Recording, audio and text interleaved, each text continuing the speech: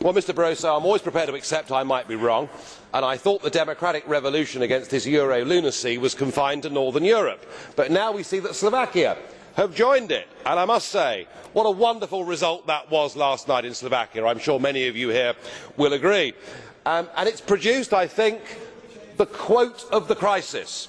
Richard Sulik, who led the rebels, said, "I'd rather be a pariah in Brussels than have to feel ashamed before my children who would be deeper in debt." Well, I know how he feels, because I've been somewhat of a pariah here, perhaps for the last 10 years.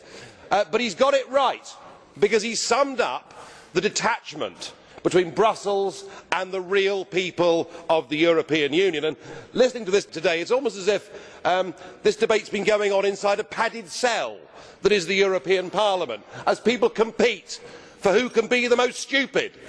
Who can be the most stupid? Who can waste the maximum amount of taxpayers' money? I really do think, as a political class, you're all wrong. And you're all wrong democratically, because nobody has ever given consent for this behaviour. And when people do vote no, well, when the French vote no, you ignore them. When the Dutch vote no, you ignore them. When the Irish vote no, you say vote again and get it right. And when Slovakia vote no, well, we're told today it'll all be okay, because they can vote again this week until they get the right answer. We've got 17 countries trapped inside this economic prison of the Eurozone, and all you can do, Mr Barroso, is stand up and say we need more power.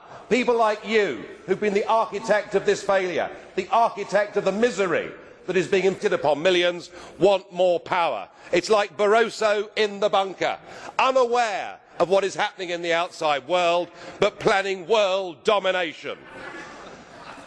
And in economic terms, it's getting madder and madder. I hear the new idea is that the bailout fund will be multiplied, geared up ×5 by the European Central Bank, so that you've got your 2 trillion, Mr Verhofstadt. 2 trillion. Good God, Greece is going bankrupt. If you lot continue, the whole banking system in Europe is going to go bankrupt.